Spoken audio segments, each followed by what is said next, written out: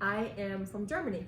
So I'm from Hanover, Germany, which is in the northern part. It is right below Hamburg. So my hometown is small. It's probably a little bit bigger than East Hampton, but not much. So we have one high school, one little small, shopping street, no big department stores. For that, we have to kind of like Riverhead, we have to go about 45 minutes to find anything that we want to buy that is outside of just regular food. But everybody knows each other. My whole family lived there. All my aunts and uncles, all my cousins, my grandparents, we all lived like 2 streets apart. So most of my friends still live there today. It's a very small town. I miss German food. I love German food. It's a little bit different than America. We eat a light breakfast, a big lunch, and a small dinner. So it's different than here where you have a smaller lunch and a bigger dinner. So, people like to say the food in Germany isn't very spicy. We don't use many flavors, which is true. I don't like spicy food, but it's mostly salt and pepper. But I've always, I miss it. I think when you live at home, you don't realize how much you enjoy it because you have it every day. But now that I'm not there, I definitely miss it. Yes, both of my parents cooked. My dad was more of a weekend cook, so he would make all the big meals on Saturday and Sunday. And my mom was only working when I was in school, so she would be home when we would come home, so she would make all of our meals at home. My dad was working until night.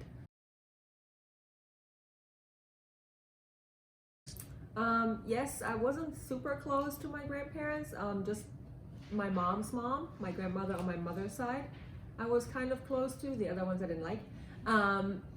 So she would cook a lot for us on Fridays for my brother and I. She would make us lunch, and she also made a lot of. She was a good baker, so she taught my mother how to bake when she was younger, and then she would always come over on Sundays and bake with us. Well, not me, but my mother.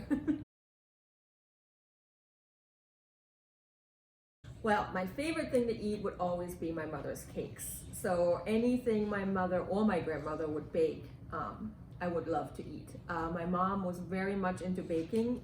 One of the things we do in Germany is in the afternoons, like about 3 or 4 o'clock, we have coffee every day, and then we try to have cake every day. It's definitely more common on the weekends when we don't have school, but my mom and I always had coffee and cake, even when I came home from school. So my mom was very big on making cakes on Saturdays and Sundays so that we had enough for the week so that she wouldn't have to bake again. But she would find a lot of recipes in like newspapers and magazines that she would tear out. And one of my favorite cakes is called Donauwelle. And it's named after the Donau, which is a river in Germany, Eastern Europe. And then Welle means wave. So it's a little bit of it's difficult to make because when you look at the cake, between the dough and the icing, it makes a wave because there's cherries in between, and when you cut it, you can see the wave, and that's why it's named after that. So the cake, the base of the cake itself, as you say, the bottom is a marble cake in America, which is a vanilla cake and a chocolate cake put together. So it kind of, gives you the different colors on the bottom. And then you put sour cherries on top of the dough. You kind of spread them out to then hopefully create the waves. And then on top of the cherries and the dough, you put we call it a buttercream. There's a lot of butter in this cake. It's not a healthy cake. So we put a layer of butter and vanilla cream. It's kind of like vanilla pudding in the US. And then on the top, we put chocolate icing that we make from scratch. And then my grandmother used to make little waves with a fork on the top to kind of, reinforce the name. So it's a very difficult cake to make, but it's also very, we say rich, very heavy, not healthy, high in calories. So we wouldn't make it very often, but when we had like a big family gathering, or my brother who was older than me, if he would have a party with his friends, he would always ask my grandmother or my mom to make that so he could feed his buddies.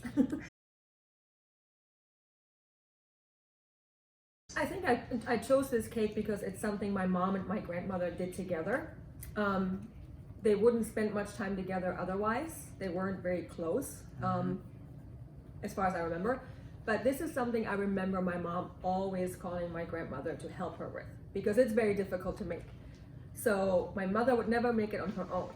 And I liked my grandmother to come over and watch my mom. And I didn't appreciate it when I was younger, but you know, now thinking back of it, I would see them in the kitchen together.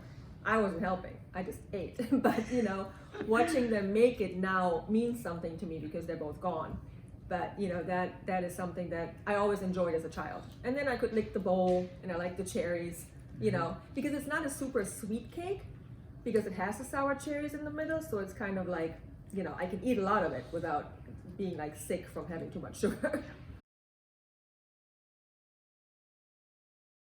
It makes me feel calm, because it reminds me of home. And as I'm now older, you know, thinking of home, which often I forget things, when I eat things or see pictures of things that remind me of home, it makes me feel at peace, because that's where I was the happiest. I was happy growing up. Even when I was growing up, I didn't realize it.